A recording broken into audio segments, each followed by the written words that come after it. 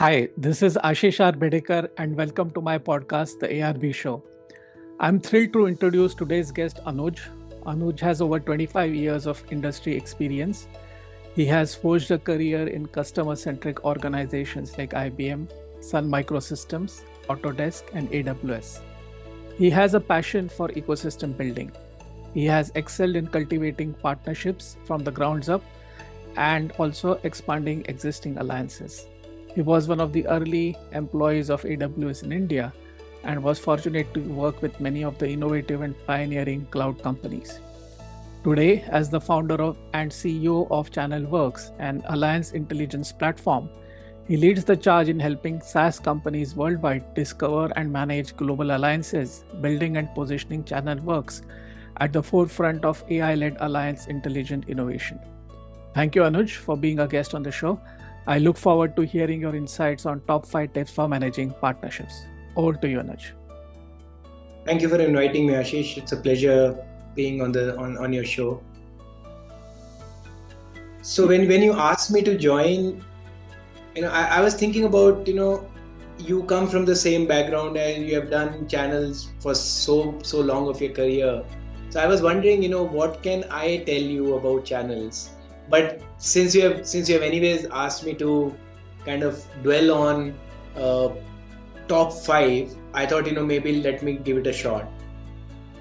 And first, I think the first and foremost piece which I want to talk about when it comes to working with channels is a shared goal. And what I mean by that is when you work with channels, it can be any channel, it can be channels, as gets classified, categorized into various types of channels. That could be like a very large system integrator, it could be a global SI, and so on and so forth.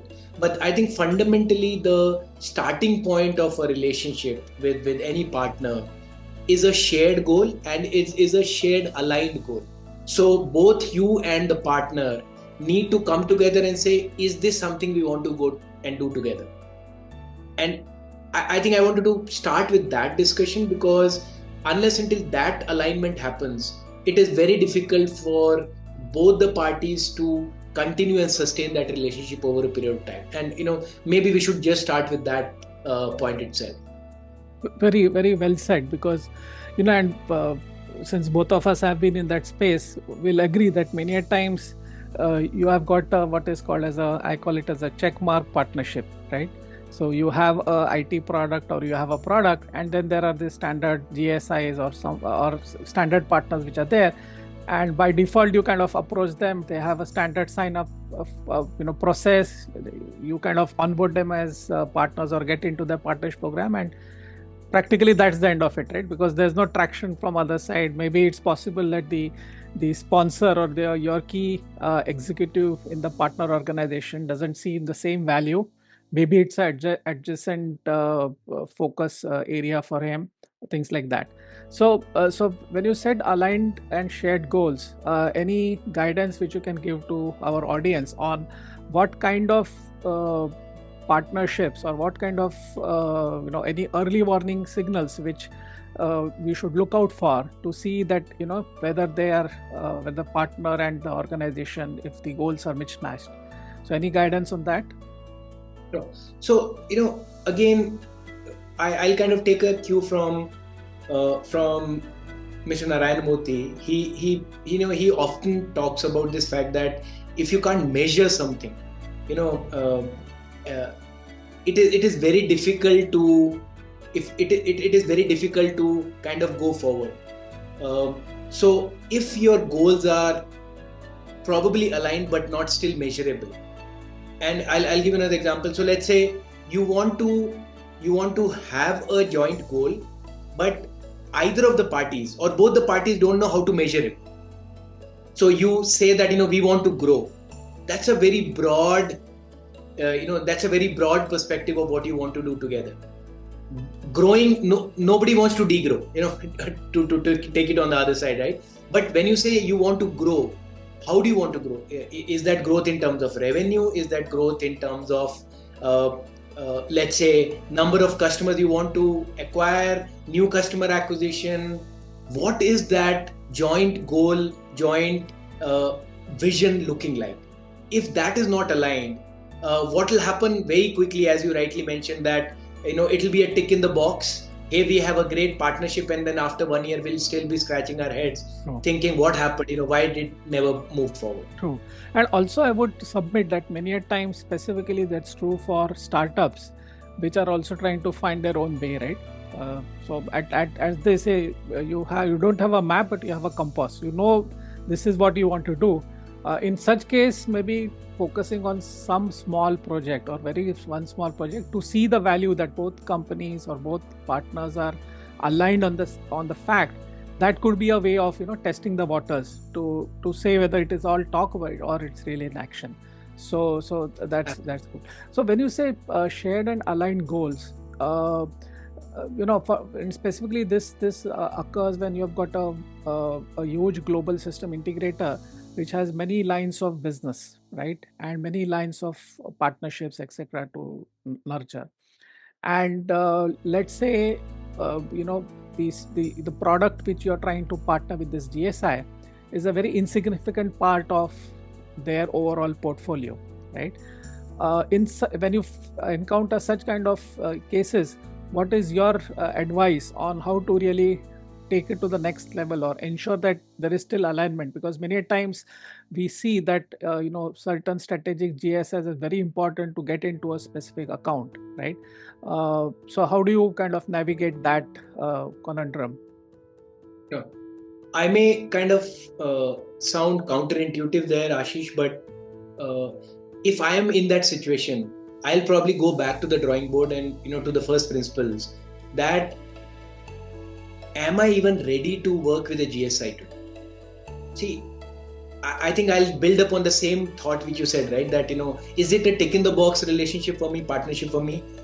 If I'm so insignificant for the other party that I am probably a rounding of error in their overall, whether it is a joint, like a go-to-market, revenue, any of those parameters, right? Then possibly that relationship itself is wrong in the first place. So not every GSI relationship has to be nurtured the same way. It would be nurtured for a large player compared to a startup. For example, I always, when I work with startups, on the channel journey, I always say GSI should be the last one on your milestones, not because they cannot deliver, possibly because you cannot deliver, and you cannot come to those standards. Not again because you don't have the wherewithal.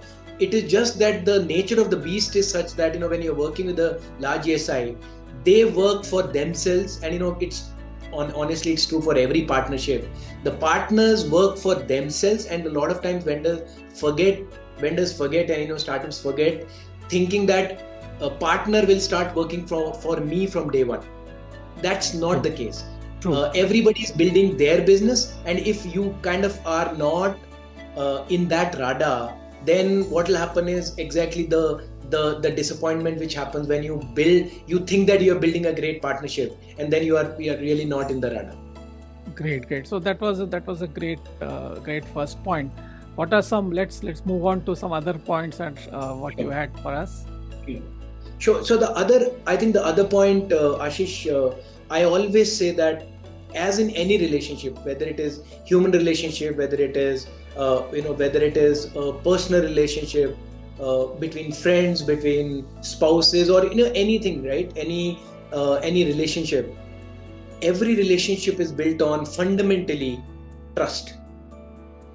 And if a partnership is not built on trust, it is bound to fail.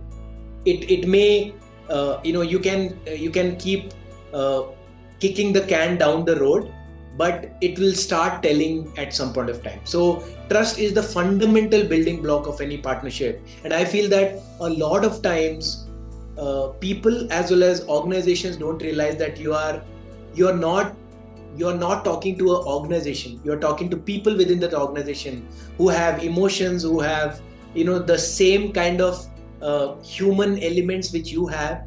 And if you don't build that connector called trust, then partnerships will never build. So, and I'm sure you would have seen that all your career, that ultimately you are working with people who need to build trust between each other. True. No, in fact, what you said was very true, because when you have kind of nurtured a certain set of partners, even if you change jobs, right? Maybe they are the first guys you reach out to if you have got a good and trusting relationship, saying that, hey, this is my new role. Let's would like to have you as a partner, or things like that. Can you share some interesting anecdotes or stories on trust and visibility from your rich career, which kind of will really enhance this point specifically? So I always have this anecdote, especially around one of my mentors in the industry, a very large system integrator, a partner called Frontier Systems, and their CEO Ravi Verdis. I always seek his advice on a lot of areas, especially around partnerships, around entrepreneurship and stuff. And he always gives this, whenever we happen to meet, he always talks about this fact that technologies come and go, vendors come and go, partnerships come and go, but fundamentally your business driver is the trust which your customer puts on you. And if you start working backwards on that, you realize that how true it is for every partnership. And because fundamentally even your customer partnerships are built on that trust. So if you build your business, whether it is that business with your partners or with your customers, if you build it around that trust, then anything can happen, any untoward incident can happen, anything can go wrong, but your fundamentals will never go wrong. So that's one if you will mantra I never forget, that do not break that trust of your customers, of your partners. And if you do that, you cannot be in the business. True. So that's like one big lesson I keep talking about whenever I think about trust. True. No, in fact, on the same line, I was talking to someone the other day, and he gave me a very beautiful insight, which kind of aligns with what you just said. So they are a kind of a business consultancy firm, a boutique business consulting firm in the area of digital transformation, etc.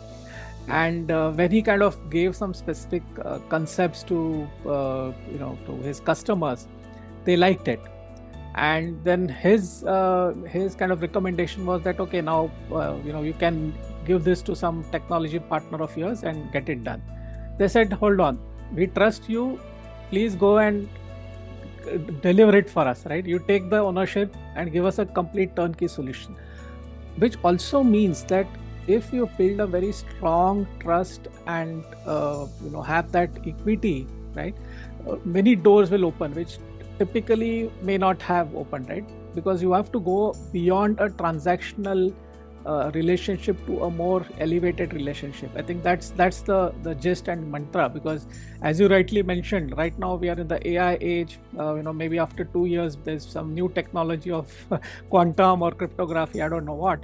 But if you have the same relationship with the partner, and where the partner feels that, yes, I trust this gentleman, he'll do what he says and he does what he says.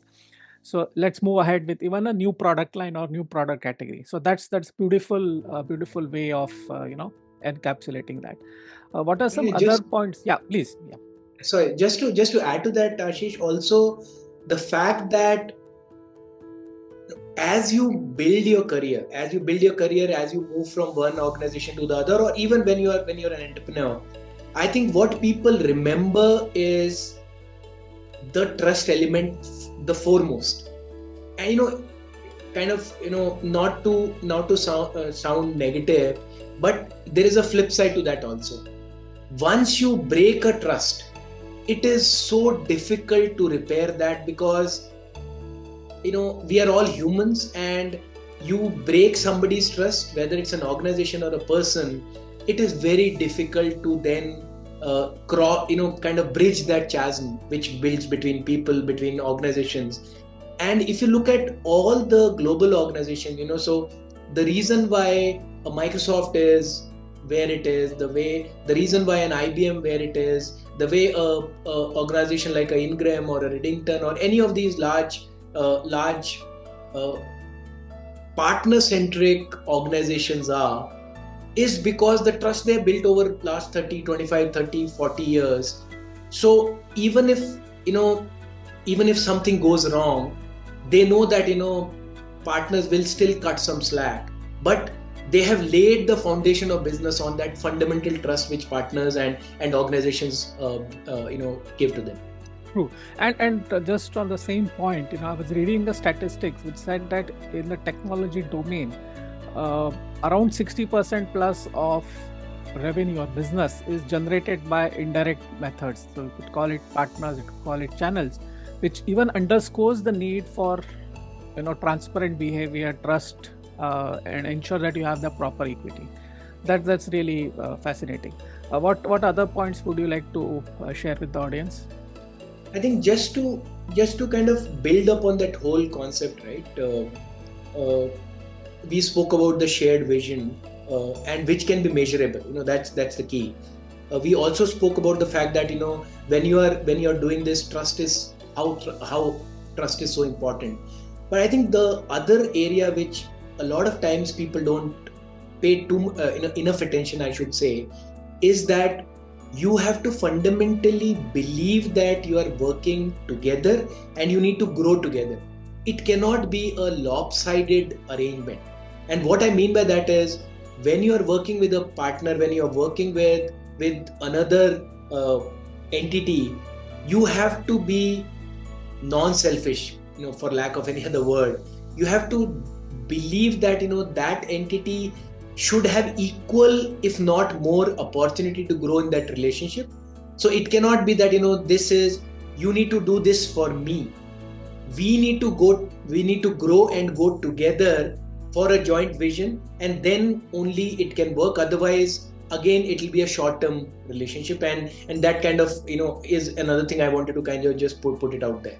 True. And more so, this becomes more pressing or more important, because even if you look at the whole dynamics of channels, etc., there are very few exclusive partnerships or very few exclusive channels, right? So it's a multi-partner, multi-vendor, multi-product line kind of business.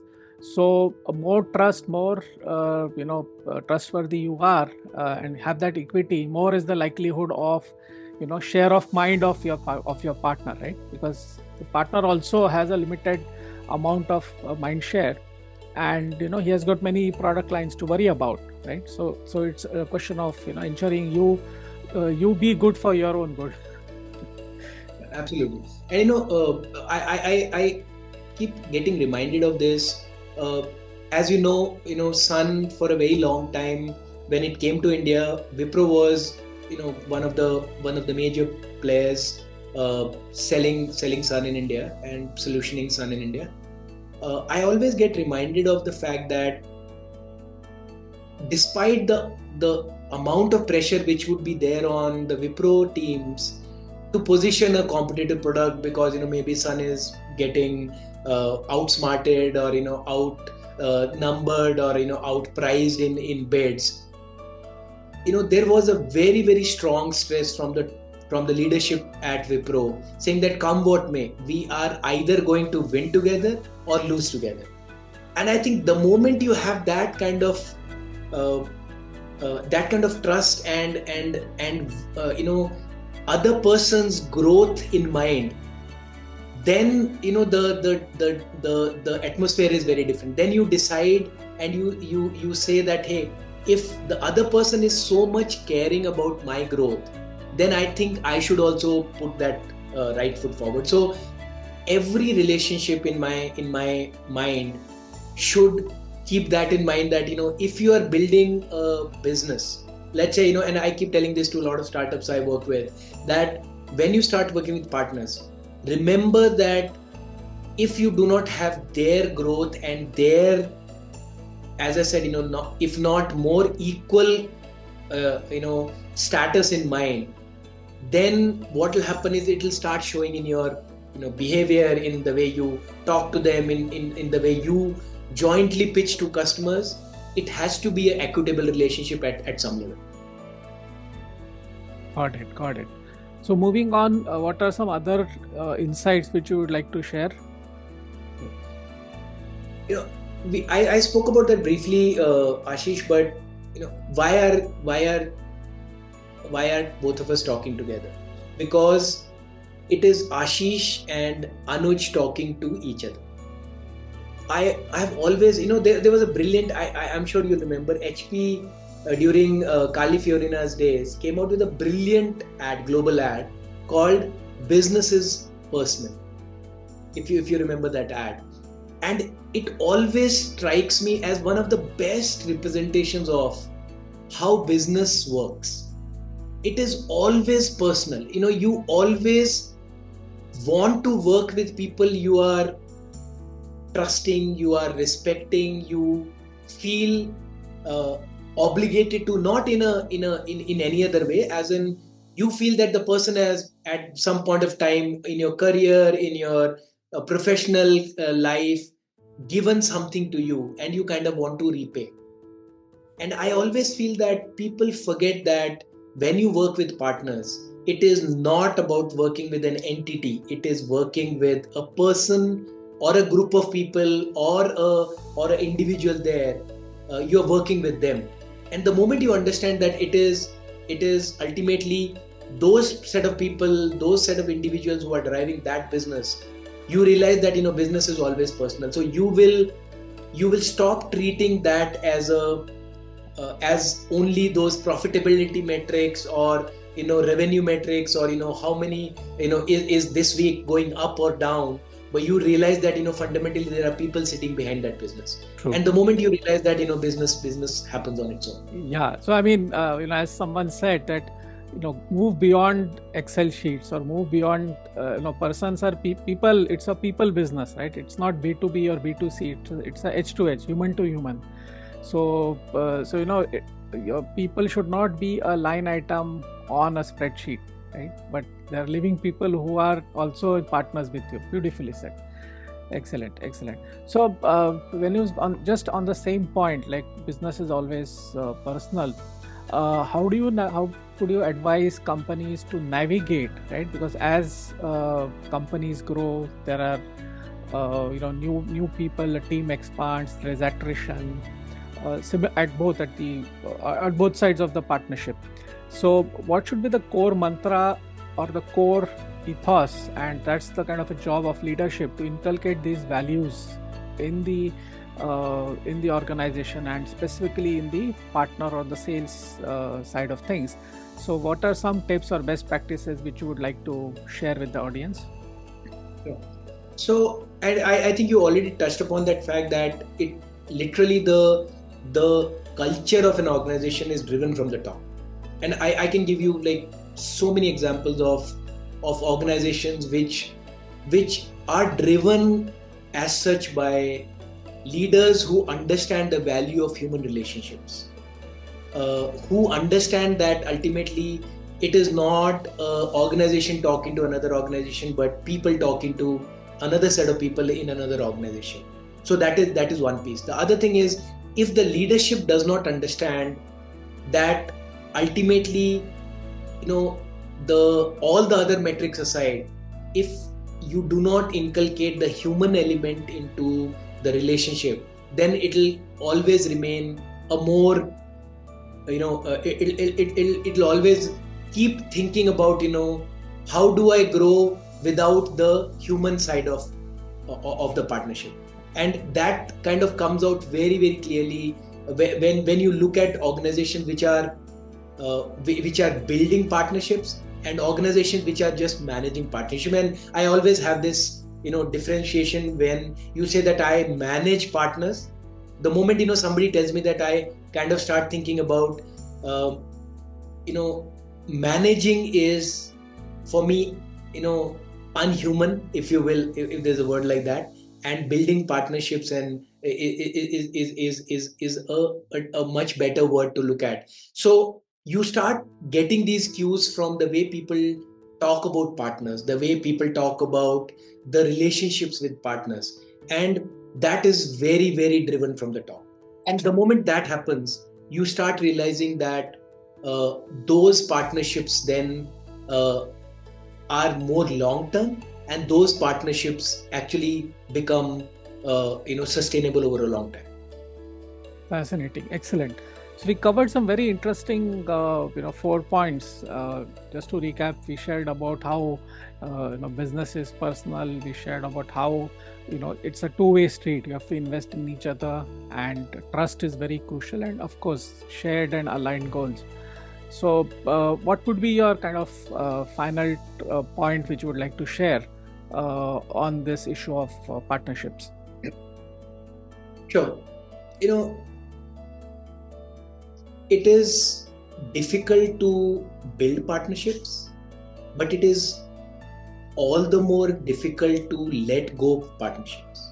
I always believe that you can, it is very easy to sign papers. It is very easy to call somebody, hey, I have a great partner.